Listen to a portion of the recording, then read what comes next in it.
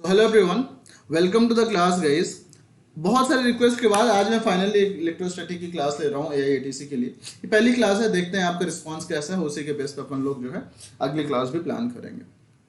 तो electrostatics guys हम लोग बहुत ज़्यादा इंट्रोडक्टरी, ऐसा बहुत ज़्यादा देर तक डिस्कशन नहीं करेंगे। ऐसा नहीं कि 10 मिनट डिस्कस करके फिर स्टार्ट करते हैं।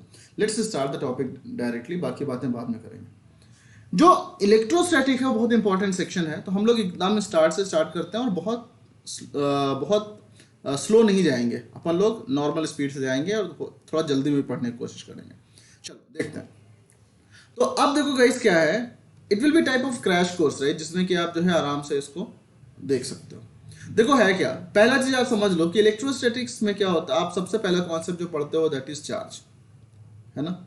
चार्ज चार्ज क्या है, आप सबको पता है कि कोई भी न्यूट्रल एटम होता है, उसमें से इलेक्ट्रॉन निकाल दो, पॉजिटिव चार्ज बन जाता है, इलेक्ट्रॉन ले लो तो निगेटिव चार्ज बन जाता है। तो जो इलेक्ट्रॉन लोगे या दोगे वो इलेक्ट्रॉन की इंटीजर नंबर में ही लोगे, या तो 2 इलेक्ट्रॉन दोगे या 2 इलेक्ट्रॉन लोगे। ऐसा नहीं हो सकता कि आप आधा इलेक्ट्रॉन ले रहे हो कहीं से, क्योंकि इलेक्ट्रॉन इटसेल्फ सबसे छोटा पार्टिकल होता है, उसको फर्दर ब्रेक नहीं किया जा सकता। तो जब आप कोई भी चार्ज बन रहा है तो वो इलेक्ट्रॉन के लेने और देने से ही बन रहा है, जिसका मतलब ये हो गया कि जो नेट अमाउंट चार्ज होगा वो हमेशा एन के बराबर होगा ना, जहां पे एन आपका इंटीजर होगा, करेक्ट। तो मान लो आपसे बोला जाए कि 3.2 इंटू 10⁻⁻19 कूलम का चार्ज पॉसिबल है या नहीं, तो आप कहोगे अरे इसको आप इलेक्ट्रॉनिक चार्ज से डिवाइड कर दो। 1.6 इंटू 10⁻⁻19 आप बोलोगे हाँ ये 2 आ रहा है, मतलब 2 इलेक्ट्रॉन मिलके इतना चार्ज बना रहे हैं।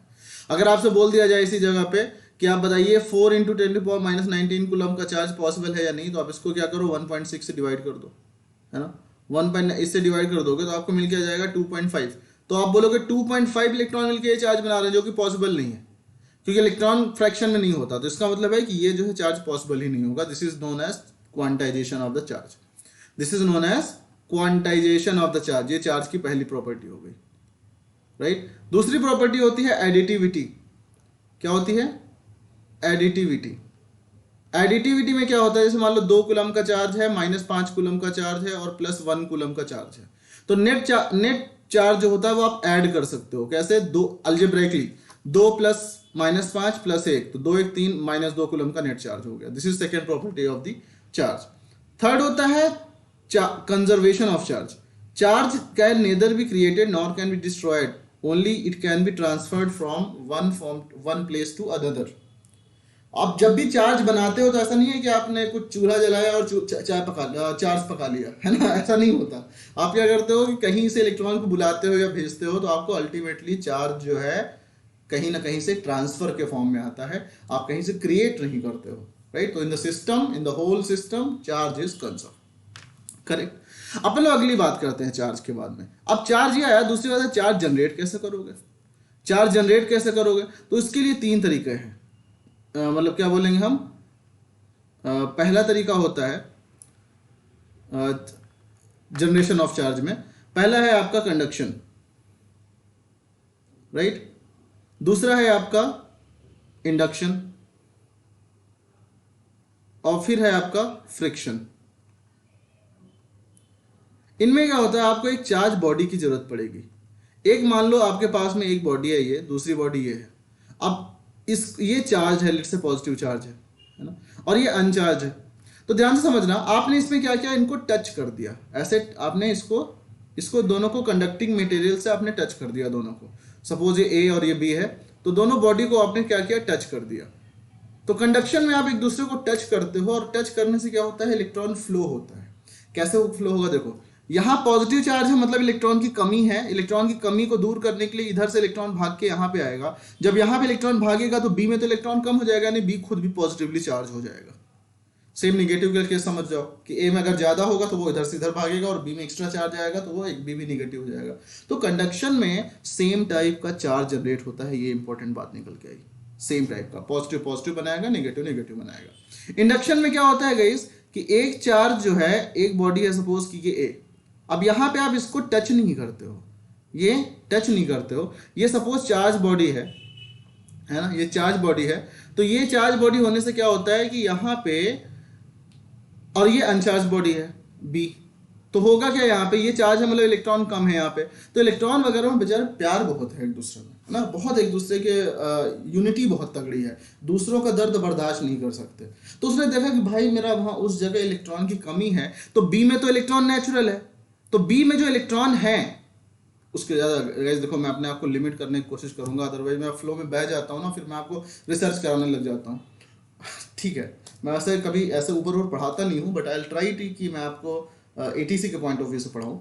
तो बी में जो इलेक्ट्रॉन्स होते हैं आउटर शेल में, वो ए की कमी देख के, ए की तरफ पॉजिटिव चार्ज देख के वो अट्रैक्ट हो जाते हैं उधर, मतलब इधर वाले जो इलेक्ट्रॉन होते हैं ना वो ड्रिफ्ट हो जाते हैं, इधर इधर इलेक्ट्रॉन आ जाते हैं सारे, तो इलेक्ट्रॉन जब इधर आएंगे तो इधर माइनस चार्ज, इधर पॉजिटिव चार्ज। तो एक्चुअली बी में कोई चार्ज था नहीं, नेट चार्ज अभी भी जीरो है, लेकिन क्या करेगा वो थोड़ा सा accumulation of electrons towards the positively charge body हो जाएगा। उससे होता क्या है कि यहाँ पे गाइस ध्यान से सुना, यहाँ पे बी का नेट चार्ज तो अभी भी जीरो है। अब कहोगे सर नेट चार्ज कैसे कैसे नेट चार्ज बनाया जाए, अब यहाँ पे आप क्या करोगे, बी को आप अर्थिंग कर दोगे, है ना, बी को आप अर्थिंग कर दोगे। अर्थ जो होता है वो इनफाइनाइट सोर्स ऑफ चार्ज है, वो अब्जॉर्ब भी कर सकता है, दे भी सकता है। तो अब जब यहाँ पे अगर आपने इसको कनेक्ट कर दिया पॉजिटिव वाले को, तो क्या करेगा इलेक्ट्रॉन, ये यहाँ से इलेक्ट्रॉन की सप्लाई कर देगा, और ये जो कमी है ना, इसकी कमी को दूर कर देगा। पॉजिटिव मतलब यहाँ इलेक्ट्रॉन की कमी थी, अर्थ उसको कमी को दूर कर देगा। जब कमी को दूर कर देगा तो सिर्फ और सिर्फ क्या होगा, निगेटिव चार्ज बच जाएगा। तो इस तरह से इंडक्शन में आप अपोजिट चार्ज जनरेट करते हो, करेक्ट। अब बोलोगे इंडक्शन में सर क्या अपोजिट ही जनरेट करते हैं, नहीं भाई, इसी अर्थ को उल्टे साइड में लगा दो, निगेटिव की तरफ में, तो वहां से चार्ज आपका जो है फ्लो हो जाएगा नीचे अर्थ में, तो आपका पॉजिटिव चार्ज भी जनरेट हो जाएगा, राइट। आप और डिटेल के लिए आप पढ़ लेना एनसीईआरटी में। नेक्स्ट आता है फ्रिक्शन। फ्रिक्शन में क्या होता है, चार्ज कैसे करते हो कि आप चार्ज एक चार्ज बॉडी होती है, एक अनचार्ज होती है, या फिर आप दो न्यूट्रल बॉडी को आप इसे रगड़ते हो। जब रगड़ते हो तो एक पॉजिटिवली बन जाता है, एक नेगेटिव बन जाता है। ये इंपॉर्टेंट कॉन्सेप्ट है, एनसीईआरटी में खोल के देख लेना कि किसमें कौन सी दो बॉडी को रगड़ने पे कौन सा पॉजिटिव बनता है, कौन सा नेगेटिव है। मेरा रेक्टिफिकेशन बहुत कमजोर है, इसलिए मैं रट नहीं पाता हूँ, तो ये चीज़ आप लोग देख के रट लेना, क्लियर। तो दिस वॉज द चार्ज के बारे में बेसिक बात है। मैंने इंपॉर्टेंट चीज़ें आपको लिखा था पढ़ाना क्या क्या है, तो मैं एक काम करता हूँ, वन बाय वन अपन लोग ऐसे जाते हैं कि आपका चार्ज का पहला कॉन्सेप्ट हो गया, राइट। अब दूसरा कॉन्सेप्ट जो है आपका, मैंने लिखा हुआ है इसलिए मैं उसी हिसाब से जाऊं, अदरवाइज मैं आपको रिसर्च कराने लग जाऊंगा, राइट। हाँ ये लिखा हुआ है, हाँ चार्जिंग हो गया। अब अपन लोग उसके बाद जो एनसीईआरटी के हिसाब से चल रहा हूँ ना, सॉरी उसके हिसाब से एटीसी के हिसाब से, तो अब अगला जो है आपका आता है कूलम्ब्स लॉ।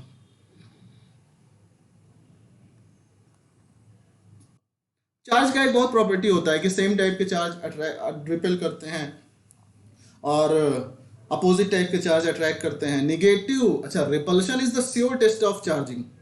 चार्ज किसी में है या नहीं है, repulsion is the sure test. इस पर और रिसर्च करना, राइट। अपन लोग डिस्कशन में जाएंगे, लंबा हो जाएगा। कोई कहीं अट्रैक्शन हो गया तो आप गारंटी नहीं कर सकते कि यहाँ कैसा कैसा चार्ज है। Repulsion is the sure test for charging, having the charge, existence of charge, right. क्योंकि समझ गया ना, अट्रैक्शन तो आपका इंडक्शन में भी हो सकता है। अब देखो ध्यान समझते हैं, आगे रिसर्च इसका और करना, मुझे उससे डेफ मत ले जाओ। देखो मेरा मन मान नहीं रहा है, मैं चाह रहा हूँ बता दूं, ऐसा उछल रहा हूँ मैं अंदर से, लेकिन कंट्रोल। क्यूलम्स लॉ क्या होता है, जैसे मान लो क्यूलम लॉ बोलता है कि दो चार्ज बॉडी हो, सपोज एक Q1 है और एक तुम्हारा Q2 है। इन दोनों को मैंने R डिस्टेंस पे रख दिया ऐसे, तो इन दोनों के बीच में जो फोर्स लगता है वो होता है K Q1 Q2 upon R square. ध्यान से अब ये समझना कि ये K Q1 Q2 upon R square होता है। K की वैल्यू क्या होती है, K की वैल्यू होती है 1 upon 4 pi epsilon not K। Small के लिख रहा हूं यहाँ पे, है ना, या एप्सिलॉन, आप एक काम करो, स्मॉल K नहीं, मैं इसको लिखूंगा एप्सिलॉन नॉट R भी लिखते हैं, चलो मैं K ही लिखता हूँ जिससे आपको ज़्यादा, बाद में उसी को एप्सिलॉन R बोलते हैं, रिलेटिव परमिटिविटी।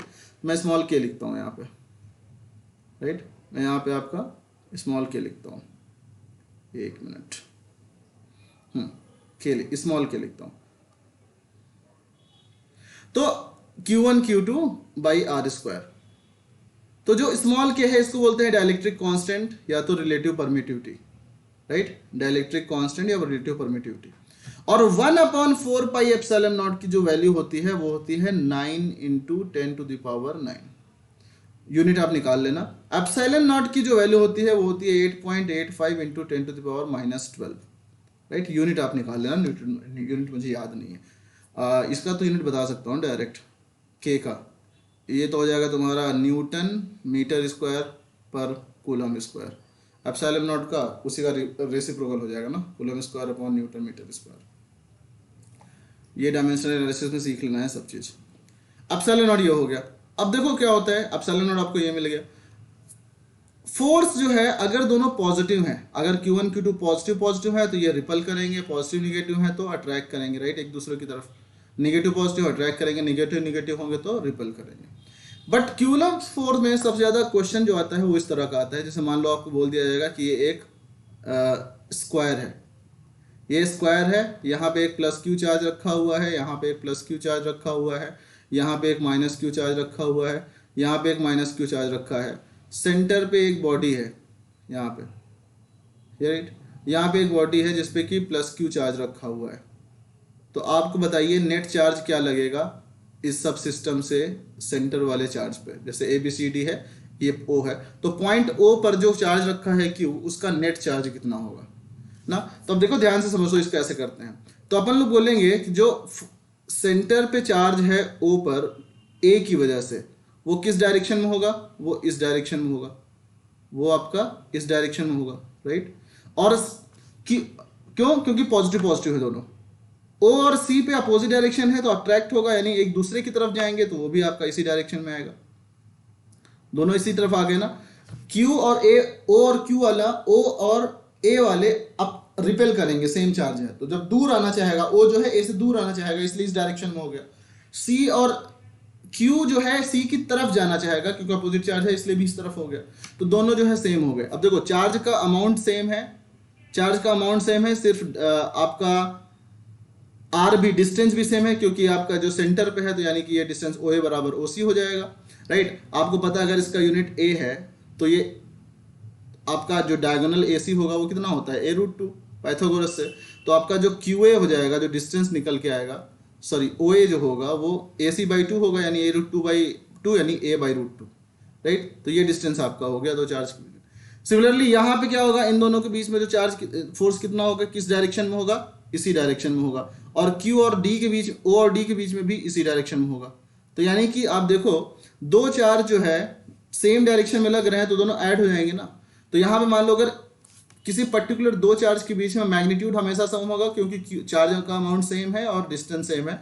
तो मान लो अगर एक A और O के बीच में F लग रहा है तो F इधर और F इधर, तो 2F यहाँ पे, F इधर और F इधर, 2F यहाँ पे, राइट। तो आप देखो यहाँ पे, और आपको पता है डायगोनल 90 डिग्री होता है, तो नेट चार्ज 2F इधर लग रहा है और आपका 2F इधर लग रहा है ना। तो 90 डिग्री पे चार्ज आपको पता है ना, 90 डिग्री पे रिजल्टेंट क्या होता है, √2F का होल स्क्वायर प्लस 2F का होल स्क्वायर। ये आपको वेक्टर में देख लेना, राइट, ये हो जाएगा 90 डिग्री पे। तो ये आंसर सॉल्व करोगे आपका आ जाएगा 2F√2।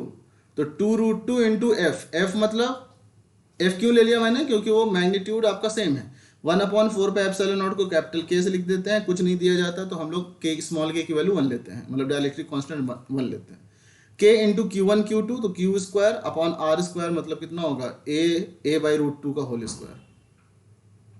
तो इसको सॉल्व कर लो, जो भी आंसर होगा वो आपका टर्म्स में आ जाता है। इस तरह के क्वेश्चन आते हैं, राइट। हो सकता है आपसे क्वेश्चन एक पूछ लिया जाए कि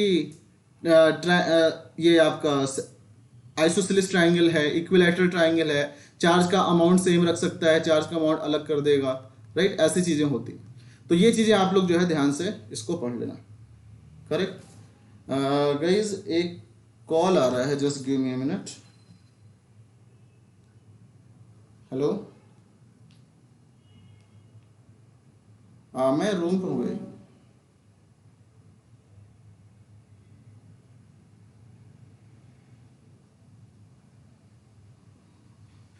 मैं एक्चुअली एक क्लास ले रहा हूँ, लाइव क्लास ले रहा हूँ।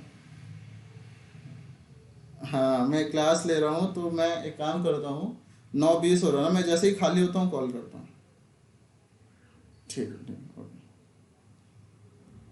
Thank you guys. मैंने फ़ोन कट इसलिए नहीं किया क्योंकि इधर कट करूंगा ना तो फिर से रिकॉर्ड करके एडिटिंग वगैरह करने में मेरा दिमाग खराब हो जाता है, राइट। तो इसलिए मैं कुछ नहीं कर रहा हूँ, मैं सीधे रिसीव कर लिया। I hope you don't mind upon okay. तो ये एक कूलम्स लॉ है। अब इस कूलम्स लॉ के बीच में आप जाके और पढ़ लेना, मल्टीपल चार्जेस का कॉन्सेप्ट यही होता है। अच्छा, एक बात ये समझ लेना कि इसको ना आप एनसीईआरटी में देख लेना जाके, या किसी भी स्टेट बोर्ड्स की बुक में, क्योंकि डायरेक्ट इस तरह की चीज़ें एनसीईआरटी में ना ऐसे लिखा होता है, वेक्टर फॉर्म में लिखा होता है, आपको समझ में नहीं आता। तो इसलिए अपन लोग बोलेंगे इसको स्टेट बोर्ड्स बुक के कहीं से भी इस टाइप के क्वेश्चंस आप जो है और लगा लेना, करेक्ट। नेक्स्ट अपन बात करते हैं इलेक्ट्रिक फील्ड,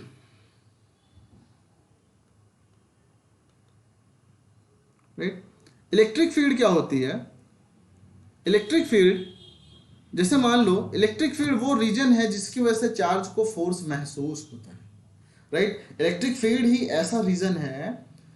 अब बोलोगे दोनों चीजें उल्टी हैं, हमने कहते ना कि दिमाग अकल बड़ी या भैंस, या फिर पहले मुर्गी आया या पहले अंडा आया, उसी टाइप का क्वेश्चन है कि इलेक्ट्रिक फील्ड में चार्ज डिफ्लेक्ट हो, चार्ज डिफ्लेक्शन महसूस करता है, और चार्ज की वजह से इलेक्ट्रिक फील्ड जनरेट होती है। Getting it?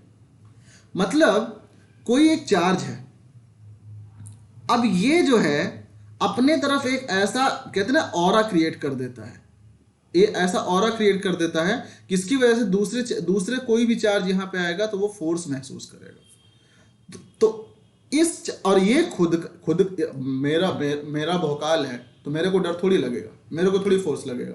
तो इसके खुद के क्रिएटेड इलेक्ट्रिक फील्ड में इसको कोई फोर्स नहीं लगता, है ना। तो या गाइस मैं डेप्थ में जाने की कोशिश कर रहा हूं, but I will try to limit myself. तो होता क्या है कि इस चार्ज की वजह से आर डिस्टेंस पे जो इलेक्ट्रिक फील्ड होती है उसकी वैल्यू होती है 1/4 पाई एप्सिलॉन नॉट।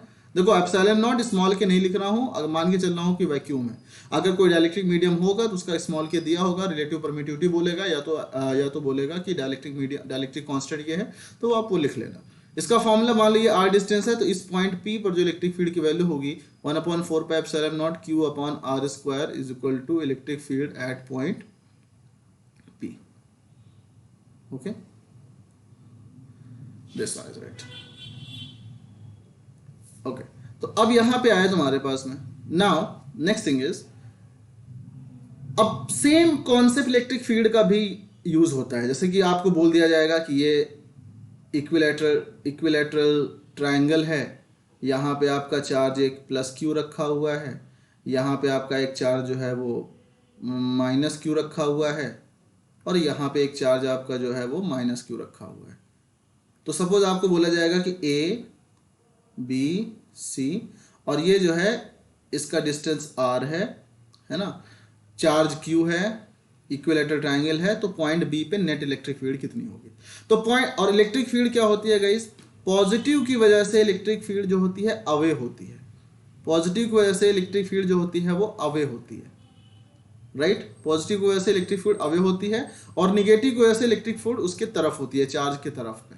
तो ध्यान से समझना, मैं बी पे निकालना चाहता हूं इलेक्ट्रिक फील्ड, कहां निकालना चाहता हूं, बी पे इलेक्ट्रिक फील्ड निकालना चाहता हूं। तो बी पे किसकी वजह से इलेक्ट्रिक फील्ड लगेगा, और इलेक्ट्रिक फील्ड ऐसा तो है नहीं कि स्केलर क्वांटिटी जोड़ दोगे। तो इलेक्ट्रिक फील्ड एट बी जो होगा वो दो चीजों की वजह से होगा, एक तो सी की वजह से, एक तो ए की वजह से। तो बी पे देखो ये माइनस क्यू है और ये माइनस क्यू है। तो अब देखना ध्यान से, जो सी, अगर हम बात करें कि सी की वजह से बी पर इलेक्ट्रिक फील्ड किस डायरेक्शन में होगी, टुवर्ड्स, तो यानी इधर होगी ना इस पे सी, क्योंकि बी पर सी की वजह से निकाल रहा हूं तो सी का इलेक्ट्रिक फील्ड है ना, तो इसकी तरफ होगा। तो यानी electric field on B due to C इस डायरेक्शन में होगा। कितना होगा इसकी value, electric field B on C, इसकी वैल्यू होगी के, उसको मैं कैपिटल के से लिख रहा हूँ 1/4 पाई एप्सिलॉन को, K into Q upon R square. और इसकी वजह से कहाँ होगी, इसकी वजह से ये प्लस है, ये प्लस है तो प्लस की वजह से अवे होगा, तो इस डायरेक्शन में, यानी ये इधर जाएगा इस डायरेक्शन में, right, away from the charge. तो electric field on B due to A will be K Q, क्योंकि इसकी वैल्यू भी क्यू है, अपॉन आर स्क्वायर। अब लेकिन दोनों को आप डायरेक्ट ऐड नहीं कर सकते क्योंकि उनके ये वेक्टर क्वांटिटी है, और वेक्टर क्वांटिटी के दोनों के बीच में एंगल कितना है, बोलोगे 60 डिग्री। नहीं नहीं नहीं, यही तो गलती खा जाते हो, 60 नहीं है। क्यों, क्योंकि एक वेक्टर इस डायरेक्शन में है, दूसरा वेक्टर इस डायरेक्शन में है, ये ऐसे आ रहा था ना, इसका डायरेक्शन इधर है, ये 120 डिग्री एंगल है। दो वेक्टर के बीच में एंगल कब मिलाते हैं, जब उनका टेल टेल मैच करता है तब वो एंगल होता है। तो 120 डिग्री। अब दो वेक्टर का रिजल्टेंट आपको पता है ना, A square plus B square plus 2ab cos theta, 2ab cos theta. तो होगा क्या यहाँ से, मान लो इसको चलो मैं ले लेता हूँ ई, क्योंकि मैग्नीट्यूड तो सेम है, ई ए बी हो गया। तो कितना आएगा, ई स्क्वायर प्लस 2ab, तो 2 इंटू ई यानी A square into cos 120, cos 120 minus 1/2। तो ये कैंसिल आउट, ई स्क्वायर से E square cancel out, net value E आ गई। यानी इस पे जो इलेक्ट्रिक फील्ड होगा वो ई के बराबर ही होगा, that is what, K Q upon R square. Option में दिया रहेगा के Q upon R square, 2 K Q upon R square minus K Q upon R square, और एक 60 डिग्री एंगल के हिसाब से जो आंसर रहेगा वो तो पहले आंसर रहेगा। राइट तो ये दिमाग लगाते हैं आपको समझाने के लिए। नेक्स्ट बात करते हैं गाइस। अब मैंने आपको एक क्वेश्चन बता दिया, आप इसके बेस पर गाइस तमाम क्वेश्चंस लगा लेना। राइट अपन आप समझ सकते हो इस बात को कि मैं सारा यहाँ पे पढ़ाने की कोशिश करूँ भी नहीं कर पाता, कभी तो फ़ोन आ गया बीच में डिस्टर्ब होगा, बट खैर फ़ोन का तो हम कुछ सोल्यूशन करेंगे। बट आप एक काम करिएगा कि इतना आप पढ़िए। अपन इलेक्ट्रिक फ्लक्स की बात कर लेते हैं, फिर बाकी इलेक्ट्रिक स्टैटिक्स हम अगली क्लास जो होगी वो लंबी ले लेंगे। बट हाँ आपके रिस्पांस के ऊपर डिपेंड करेगा, आपका रिस्पांस गाइस थोड़ा शेयर भी किया करो, कंजूस मत बनो यार, थोड़ा शेयर भी करो, लोगों तक पहुँचाओ भी, थोड़ा सा नंबर काउंट बढ़ाओगे तो मोटिवेशन अपने आप आएगा, आप समझते हो इस बात को। अच्छा नेक्स्ट जो है मेरा, मैं कहता हूँ इलेक्ट्रिक फ्लक्स, है ना। इलेक्ट्रिक फ्लक्स हम लोग पढ़ के आगे का कॉन्सेप्ट जो है वो कल पढ़ लेंगे। इलेक्ट्रिक फ्लक्स लाइंस की बात करेंगे, सॉरी इलेक्ट्रिक फ्लक्स नहीं, अभी मैं गलत बोल गया, इलेक्ट्रिक फील्ड लाइंस की बात करेंगे अभी। तो इलेक्ट्रिक फ्लक्स तो आगे की बात है। इलेक्ट्रिक फील्ड, ये वाला क्वेश्चन जो मैंने पिछले क्वेश्चन एक एक करा के छोड़ दिया ना, उसके आप ढेर सारे क्वेश्चन लगा लेना बुक से, स्टेट बोर्ड की बुक से लगाना। इलेक्ट्रिक फील्ड लाइंस एक हाइपोथेटिकल ऐसी लाइन होती है, एक इलेक्ट्रिक फील्ड लाइन हाइपोथेटिकल ऐसी लाइन होती है जो ये बताती है कि उस एरिया में इलेक्ट्रिक फील्ड की डायरेक्शन किधर है। जैसे मान लो मैं बोलूं कि एक इलेक्ट्रिक फील्ड लाइन ऐसी है, तो इसका मतलब है कि अगर यहाँ पे आपको जो है इलेक्ट्रिक फील्ड का डायरेक्शन बताना है कि यहाँ पे इलेक्ट्रिक फील्ड डायरेक्शन क्या है, तो आप यहाँ पे टेंजेंट ड्रॉ कर दो, जो टेंजेंट का डायरेक्शन होगा वही इलेक्ट्रिक फील्ड का डायरेक्शन होगा। यहाँ पे इलेक्ट्रिक फील्ड इस डायरेक्शन में है, मान लो यहाँ पे इलेक्ट्रिक फील्ड इस डायरेक्शन में है, राइट, जो भी टेंजेंट होगा आपका उस तरीके से। तो electric field line tells you the direction of the electric field at a point. तो एक पॉइंट पे इलेक्ट्रिक फील्ड जो भी होगी नेट होगी एक ही तरफ होगी, एक पॉइंट पे इलेक्ट्रिक फील्ड जो नेट होगी वो एक ही डायरेक्शन में होगी। हो सकता हो इस पॉइंट पर एक दूसरे को चार्ज की वजह से इलेक्ट्रिक फील्ड इधर लग रहा हो और दूसरे चार्ज की वजह से इलेक्ट्रिक फील्ड इधर लग रहा हो, बट नेट जो होगा वो कहीं बीच में होगा, तो हमें नेट इलेक्ट्रिक फील्ड एक ही मिलता है। तो इसलिए एक पॉइंट पर इलेक्ट्रिक फील्ड लाइन का डायरेक्शन यूनिक ही होगा। और इसका मतलब क्या होता है कि अगर ये इलेक्ट्रिक फील्ड लाइन है, एक आप कहो ये इलेक्ट्रिक फील्ड लाइन है, तो ये इम्पॉसिबल है। इलेक्ट्रिक फील्ड लाइन अगर कट करेगी तो ये वाली इलेक्ट्रिक फील्ड लाइन बोलेगी कि हमारा डायरेक्शन इधर है, ये वाला बोलेगी कि इधर है, जबकि ऐसा हो नहीं सकता। तो इसलिए कभी इलेक्ट्रिक फील्ड लाइंस आपस में कट नहीं करती हैं। सबसे इंपॉर्टेंट चीज़ है कि पॉजिटिव चार्ज से इलेक्ट्रिक फील्ड लाइन अवे होती हैं, राइट। अभी सेल वाले में मत जाना कि परपेंडिकुलर निकलता है या कैसे निकलता है, वो हम बात करेंगे शील्डिंग में, राइट। निगेटिव वाले में क्या होता है कि इलेक्ट्रिक फील्ड लाइन की उस डायरेक्शन उसकी तरफ होती है, इस तरीके से। इस पे क्वेश्चन एक बड़ा सिंपल सा ऐसा बनता है कि इलेक्ट्रिक फील्ड लाइन मान लो आपको ऐसे दे दिया जाएगा कि ये है, ये ऐसे दे दिया जाएगा, ये आपका इलेक्ट्रिक फील्ड लाइन की, ये ऐसे बोला जाएगा ना, ऐसे, मतलब यहाँ पे आपका ऐसे जा रहा है, ये कट नहीं कर रहा है। अब यहाँ पे बोल देगा पॉइंट ए है और यहाँ पे पॉइंट बी है। कहाँ पे अब ऑप्शन में दे देगा क्या, ऑप्शन बोलेगा E A is electric field at point A is greater than electric field at point B, E A equal to E B, E A equal to E C, या can't be determined, right. तो जहाँ पे electric field line denser होंगी वहाँ पे electric field की value ज़्यादा होती है। तो यानी कि यहाँ पे डेंसिटी ज़्यादा है, यहाँ पे डेंसिटी कम है, तो इलेक्ट्रिक फील्ड की वैल्यू A पर ज़्यादा होगी। मतलब आप कह सकते हो कि E A is greater then E B, right. तो आपका गाइस आज मैं किसी वजह से आपने देखा है और किसी वजह से मैं क्लास कंटिन्यू नहीं कर पाऊंगा, तो आप लोग एक काम करना कि यहाँ तक के जो कॉन्सेप्ट है ना उसको अच्छे से पढ़ लेना। और कल सैटरडे संडे है तो मैं कोशिश करता हूँ रिकॉर्ड करने का, थोड़ा लंबे लेक्चर्स, राइट। तो आप लोग ये इलेक्ट्रिक फील्ड का यहाँ तक का जो 3 कॉन्सेप्ट बताया आपको, कूलम्स लॉ, इलेक्ट्रिक फील्ड और इलेक्ट्रिक फील्ड लाइन्स, ये अच्छे से पढ़ लेना। आपको मैं बता रहा हूँ 30 में से एक क्वेश्चन तो मिनिमम है, एक क्वेश्चन मिनिमम है, राइट। अब मैं देखो, बोलने से इंसान डरता क्यों है? मैं बोल दूंगा, बाद में कोई बोलता है, बाद में क्लास के बाद में, अरे सर ने तो बोला था, आया कुछ नहीं ना, तो गारंटी कोई नहीं ले सकता, बट हाँ, एक question minimum you can expect from here, right. चलो, थैंक यू। अपन लोग नेक्स्ट, जैसा भी होगा प्लीज ऑनेस्ट, आपका फीडबैक जैसा होता है वैसे ही मोटिवेट करता है, हम भी इंसान हैं, कोई भगवान नहीं है, राइट।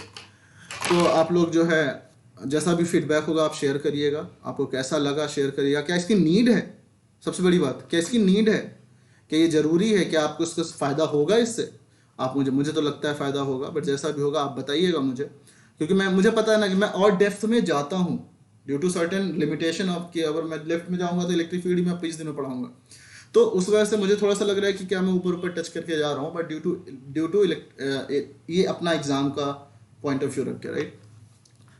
तो अदरवाइज आप जानते हो, मैंने जब पढ़ाता हूँ मैथ या फिजिक्स तो अपन फील करके पढ़ते हैं पूरा, बट यहाँ पे मुझे थोड़ा सा ऐसा लग रहा है कि अपन जल्दी जल्दी गए हैं, वो रीज़न अपना एग्ज़ाम का है। बट आपको लिए क्या ये यूज़फुल है? Please tell me honest feedback on the comment, and अपना प्यार बनाए रखिएगा। Thank you.